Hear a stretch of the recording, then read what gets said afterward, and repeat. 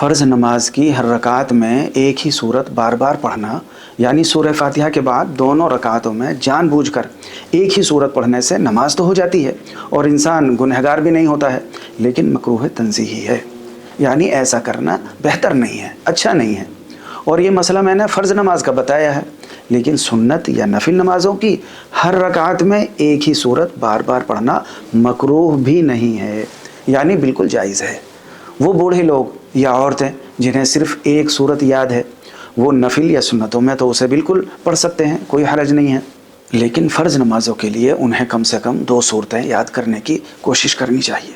अलबत्ता चंद सूरतें ऐसी हैं कि फ़र्ज़ नमाज के अंदर भी हर रकात में एक ही सूरत पढ़ना बग़ैर किसी कराहत के बिल्कुल जायज़ है। मसलन पहली सूरत यह है कि पहली रकात में भूले से कुरान मजीद की आखिरी सूरत यानी सूरह नास पढ़ ली। अब दूसरी रकात में भी सूरह नास ही दोबारा पढ़नी चाहिए। दूसरी सूरत यह है कि नमाज़ पढ़ने वाले को कोई दूसरी सूरत याद ही नहीं है, तो जब तक दूसरी सूरत याद ना हो जाए वही एक सूरत बार बार पढ़नी चाहिए सूरह फ़ातिहा के बाद। तीसरी सूरत यह है कि दूसरी रकात में भूले से पहली रकात वाली ही सूरत ज़बान से निकल गई, तो अब उसी को मुकम्मल करें। मसलन पहली रकात में अलम तरा कैफ़ पढ़ी और दूसरी रकात में भी अलम तरा कैफ़ा वही ज़बान से निकल गई, तो अब उसी सूरत को पूरी पढ़ें, उसे छोड़कर दूसरी पढ़ना ये मुनासिब नहीं है।